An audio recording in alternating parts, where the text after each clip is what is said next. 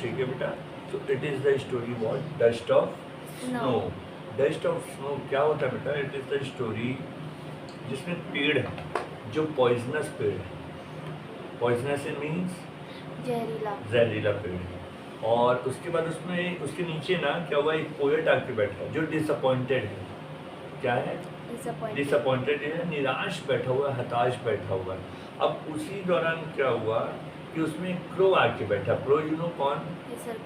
कौवा आके बैठा। और वो जिस एरिया में रहता है वो वहाँ पे बर्फबारी होती है बेटा। जैसे आप कश्मीर जाएंगे तो क्या होता है? स्नोफॉल होता है। तो क्या हुआ है कि वो डिसअपॉइंटेड है और वो वहीं हेमलॉक ट्री के नीचे बैठा हुआ है। अब वहीं पे क्या होता है, क्रो आता है और उस पर बैठ जाता है। किस पे आके बैठ जाता है क्रो? ट्री पे। हाँ, ट्री पे आके बैठ जाता है। तो जैसे वो ट्री पे आके बैठता है तो वहाँ छोटा, अब जैसे कि भाई पूरे बर्फ से ढका हुआ पेड़ है ना, पूरा बर्फ बर्फ बर्फ, और जैसे पानी की बूंदें टपकती हैं बरसात में हमारे यहाँ पूरे पत्तों से बेटा। अगर अब सोचो पत्तों में पूरा क्या लगा हुआ है, पानी की बूंदें ऐसे है ना। अब अचानक से कोई बर्ड उसमें आके बैठ जाए तो बूंद आपके ऊपर टपकी थी, है ना। तो वैसे ही क्या हुआ कि एक क्रो आया और हेमलॉक ट्री के ऊपर बैठ गया।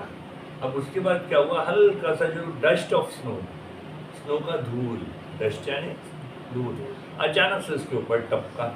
वो नेगेटिव आदमी पॉजिटिव हो गया। वो डिसअपॉइंटेड था, उसके मन में खुशियाँ भर गई, हैप्पीनेस आ गया, पॉजिटिविटी आ गई। उसी को लेके ये है dust of snow. Is that clear? Message क्या है, समझ में आ रहा है कि हेमलॉक ट्री एक नेगेटिव सेंस को है और कौवे को भी अपन क्या बोलते हैं?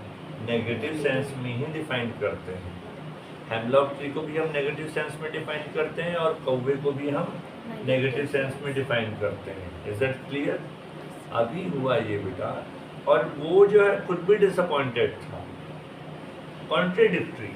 यहाँ पे क्या दिखा रहा है? कॉन्ट्रेडिक्शन, विरोधाभास दिखा रहा है कि देखिए जहरीला पेड़ और एक नेगेटिव बर्ड आके वहाँ बैठा, जैसे हम मानते हैं कौवे को नेगेटिव बर्ड।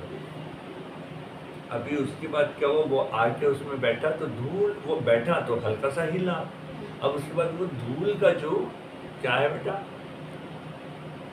धूल का कण है ना, बर्फ का कण। तो बर्फ का जो धूल था वो उसके ऊपर आके गिरा और वो पॉजिटिविटी की एनर्जी से भर गया।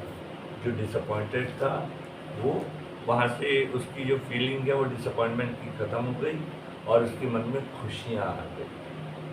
तो यहाँ पे कॉन्ट्रडिक्शन दिखा रहा है कि देखिए चीज़ें नेगेटिव नहीं हैं, हम जिनको जैसा मानते हैं वो वैसा नहीं होता है। तो हमको अपना थॉट प्रोसेस, अपने थॉट प्रोसेस को बदलना पड़ेगा,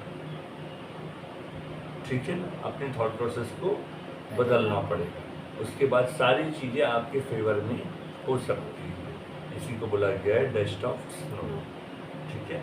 कि नेगेटिव से, हम जिसको नेगेटिव सेंस में मान रहे हैं है ना, उसने हमको पॉजिटिविटी से भर दिया। तो ये विरोधाभास है कि नहीं? कॉन्ट्रडिक्शन है कि